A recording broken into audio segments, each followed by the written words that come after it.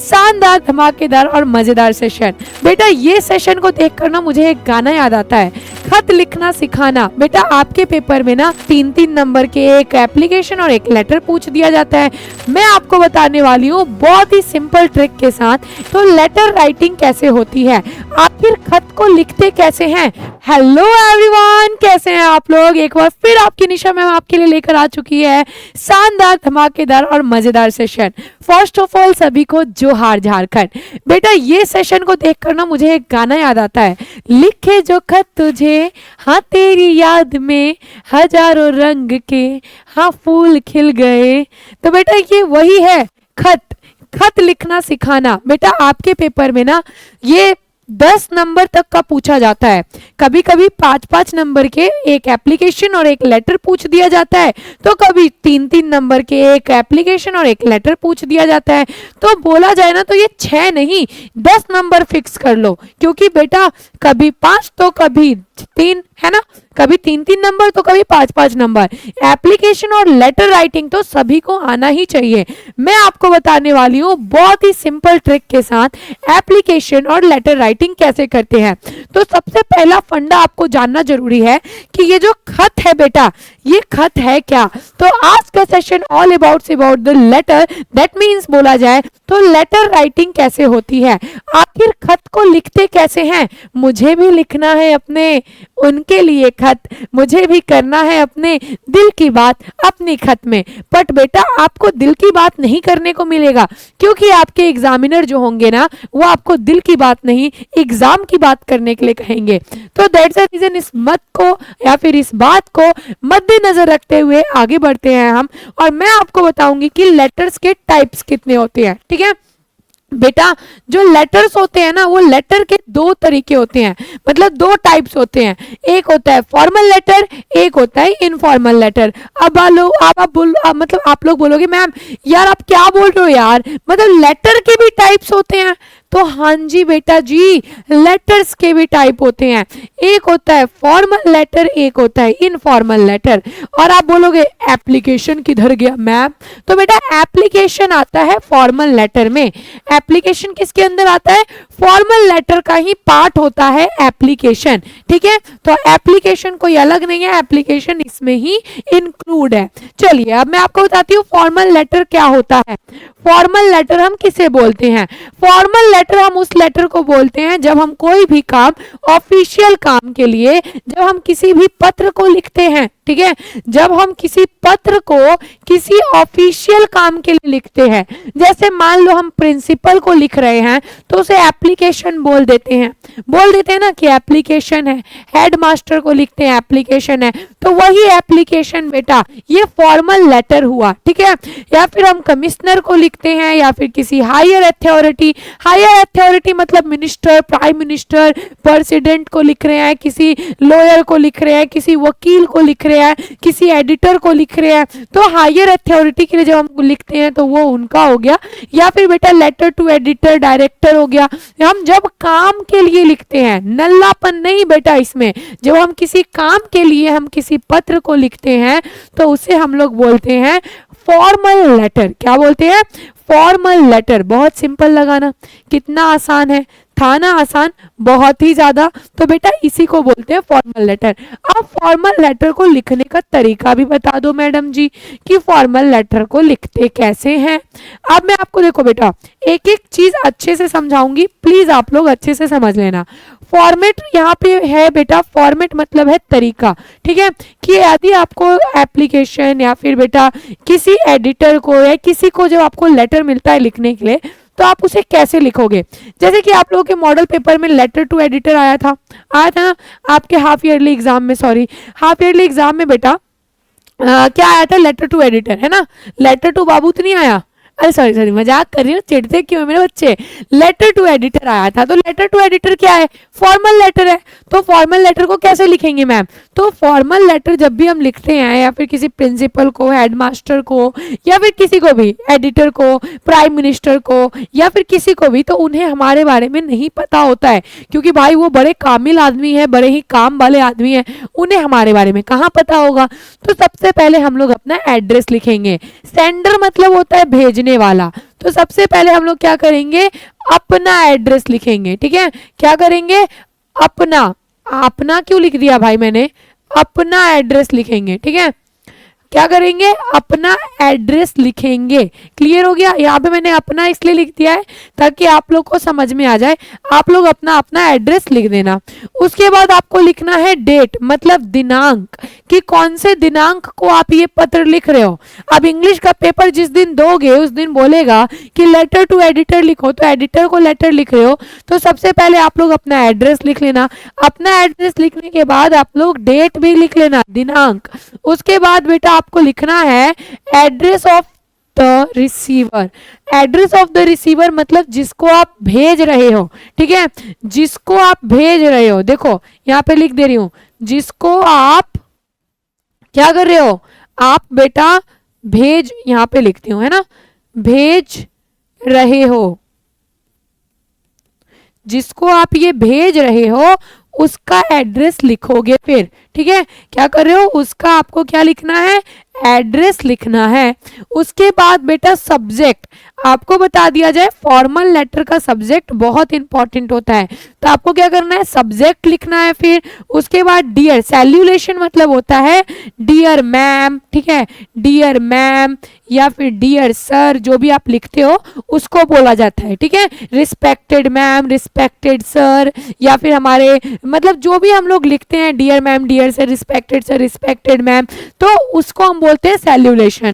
उसके बाद होता है बॉडी ऑफ द लेटर। उसके बाद हम लिखते हैं कि मैं ये हूँ, मुझे आशा है कि आप मेरा ये काम कर देंगे, मुझे ये दिक्कत है, मतलब जिस लिए आप लेटर लिख रहे हो उसके बाद वो पूरी कहानी आप इसमें लिखोगे।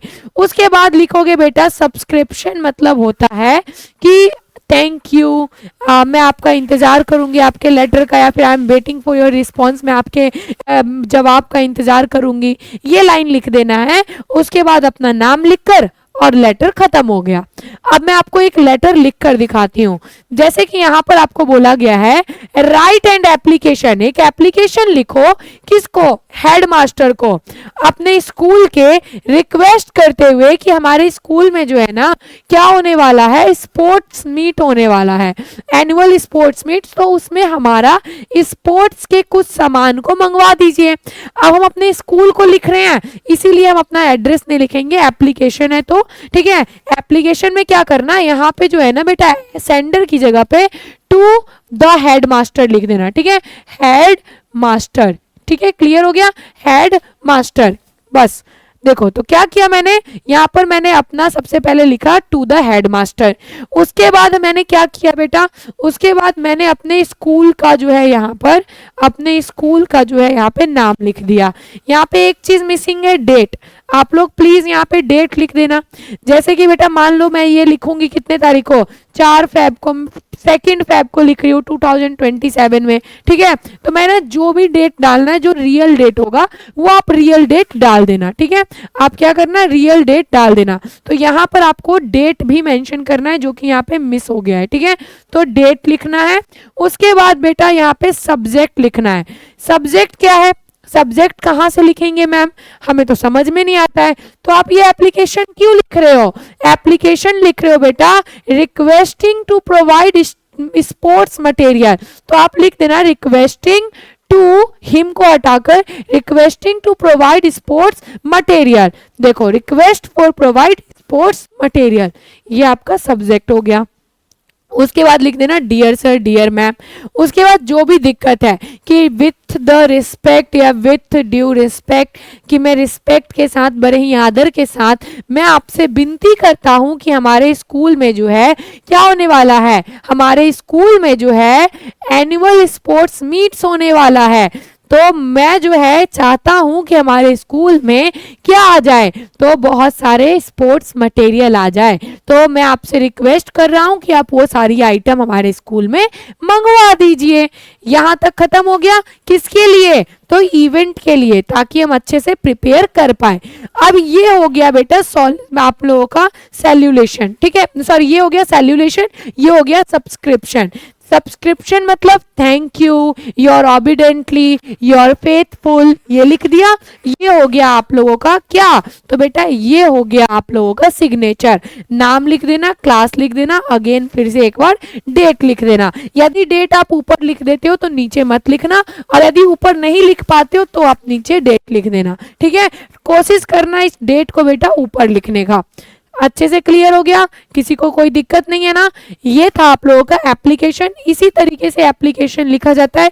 कोई सा भी एप्लीकेशन लिखोगे, टू द हेडमास्टर, स्कूल का नाम, date, subject, dear sir. Subject जो लिखोगे वो आपको यहीं से ढूंढना पड़ेगा, यहाँ से सब्जेक्ट मिल जाएगा।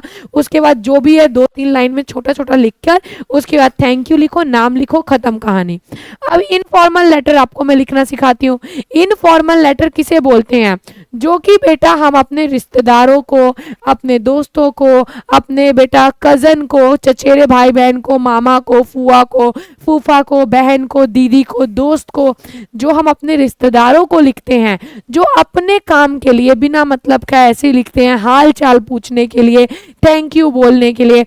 जब ये सब जो लेटर लिखते हैं, जब अपने रिश्तेदारों में किसी हायर अथॉरिटी को या मिनिस्टर को या फिर और किसी को नहीं, ऑफिशियल काम के लिए नहीं, अनऑफिशियल वर्क के लिए जब हम लिखते हैं, तो वो होता है हमारा इनफॉर्मल लेटर। क्या होता है? Informal letter. क्लियर हो गया? इनफॉर्मल लेटर हम अपने परिवार वालों को, दोस्त को, अपने रिश्तेदार को, अपने चचेरे भाई बहन को या फिर पापा को थैंक यू बोल देते हैं तो हम लेटर लिख देते हैं। किसी को बर्थडे विश कर रहे हैं, किसी से पैसे मांग रहे हैं, किसी को बोल रहे हैं चल भाई तू भी घूमने चल, तो ये सब जो लेटर होते हैं इनफॉर्मल लेटर। इनफॉर्मल लेटर को लिखने के लिए हम क्या करेंगे मैम? तो सबसे पहले बेटा यहाँ पर आपको क्या करना है, जिसको आप भेज रहे हो उसका एड्रेस लिखना है। इसमें अपना एड्रेस नहीं लिखते हैं, इसमें बेटा सेंडर जो होता है वो अपना एड्रेस नहीं लिखता है, और यहाँ पर सब्जेक्ट जो होता है वो नहीं लिखा जाता है। अब आप देख रहे हो यहाँ पर बेटा कि इसमें जो था ना वो सेंडर क्या कर रहा था, इसमें जो था, यहाँ पे मैं ठीक से लिख दे रही हूँ, ठीक है, इसमें जो था ना सेंडर क्या कर रहा था, इसमें सेंडर अपना एड्रेस बेटा लिख रहा था फॉर्मल में, पर इनफॉर्मल में सेंडर अपना एड्रेस नहीं लिखेगा, ठीक है। तो सेंडर जो है एड्रेस नहीं लिखेगा, तो रिसीवर जिसको भेज रहे हैं उसका एड्रेस लिखेंगे, डेट लिखेंगे, डियर मम्मी, डियर पापा लिखेंगे। जैसे मम्मी को लिख रही हो तो मैं लिखूंगी dear mummy, my lovely mom, my beautiful mom, तो छोटा सा लिखेंगे। उसके बाद बॉडी लिखेंगे कि मम्मी कैसी हो, आप अच्छी हो नहीं हो, ये सब चीज लिखेंगे। उसके बाद लिखेंगे thank you mummy, I am your loving daughter, your loving daughter मतलब तुम्हारी प्यारी बेटी, और नाम कर खत्म कहानी।